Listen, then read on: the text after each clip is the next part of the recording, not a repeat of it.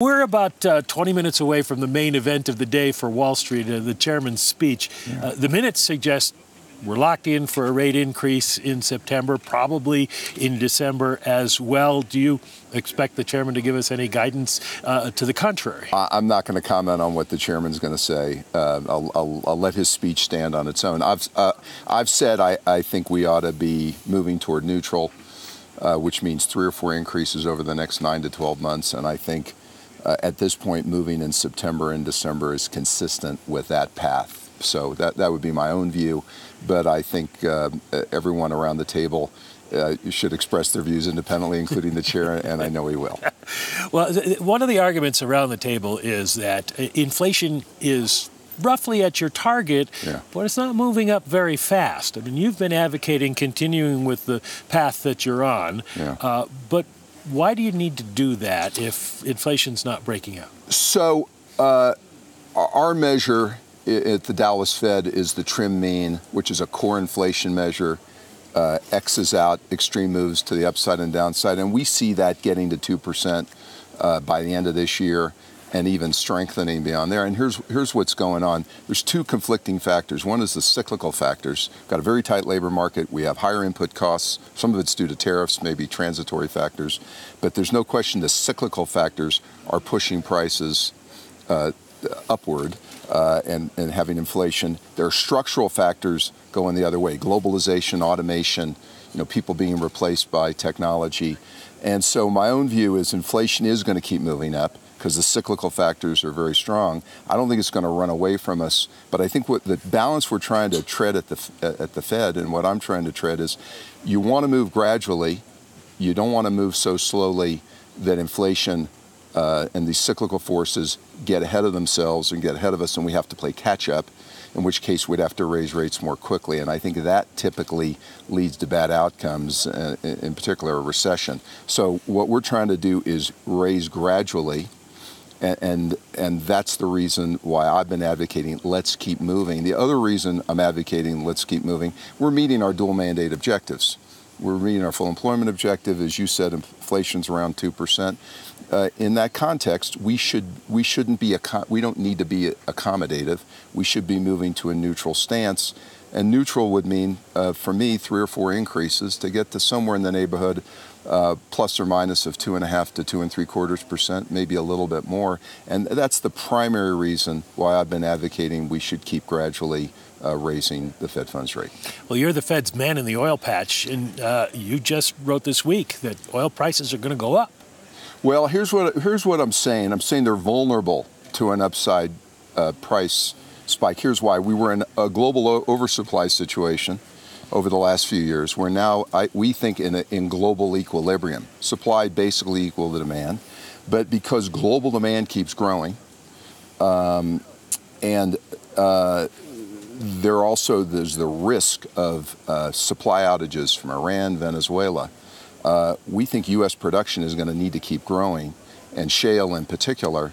But there are limits to how fast shale can grow. So what we've cautioned is in the next 3 years, 3 to 5, we're likely to move into a global undersupply situation. So while we're in this period, we're a little more vulnerable than we have been to less oil on the market from Iran because of sanctions, or less oil on the market from Venezuela. And we're just cautioning, I think we're a little more vulnerable to an upside price shock in oil in this period, and we just have to be sensitive to that.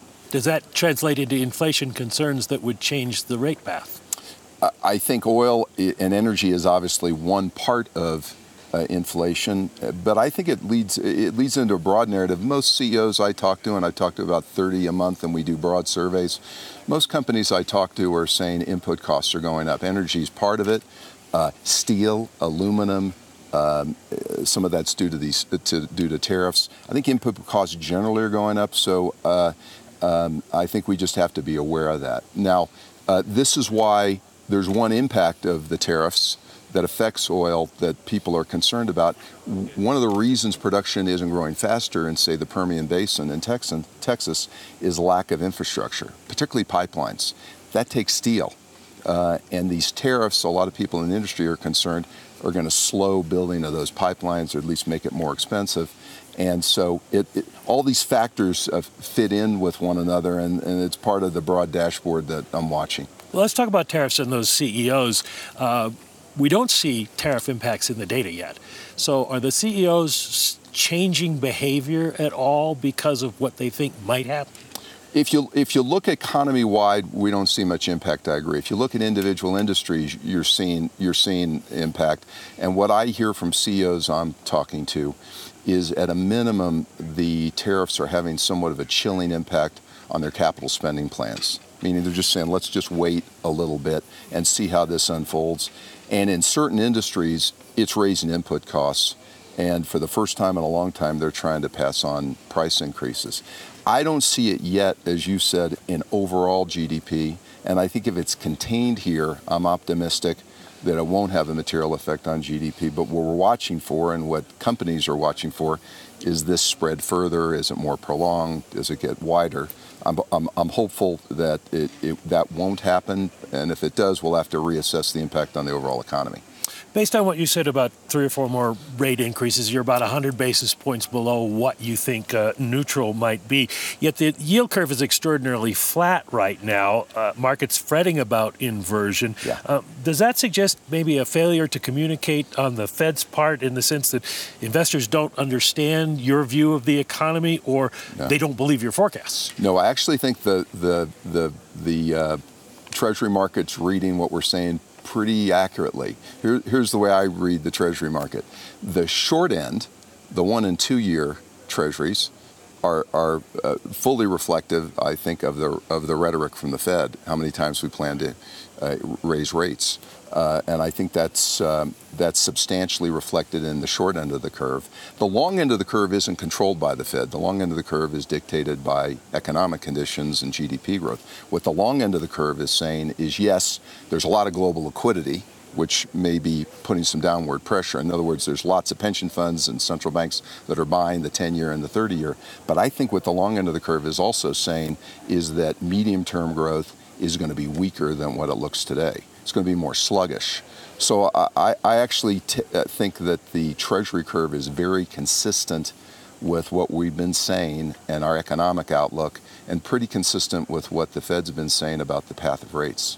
Well, if growth is going to slow and inflation isn't going to get out of control, what do you worry about in terms of the economy? What, in your mind, could derail December or 2019 rate hikes? Well, in the short run, the things I'm looking at, we'll have to see if tariffs become more widespread. But related to that, I'm looking for risk outside the United States. So obviously there are countries like Turkey and Argentina that are very dependent on dollar-denominated debt, and they're having turmoil. So far, that hasn't led to contagion. I think it's so far contained, but I'm watching that. I think the reason watch it so closely is if you had global financial instability, that could spill over back in the United States and affect financial conditions here. So I'm watching for that. Setting that aside, I'm more worried about the medium-term outlook than what happens in the next 6 to 12 months. I think the short-term outlook for the U.S. economy is very strong, as you and I have discussed.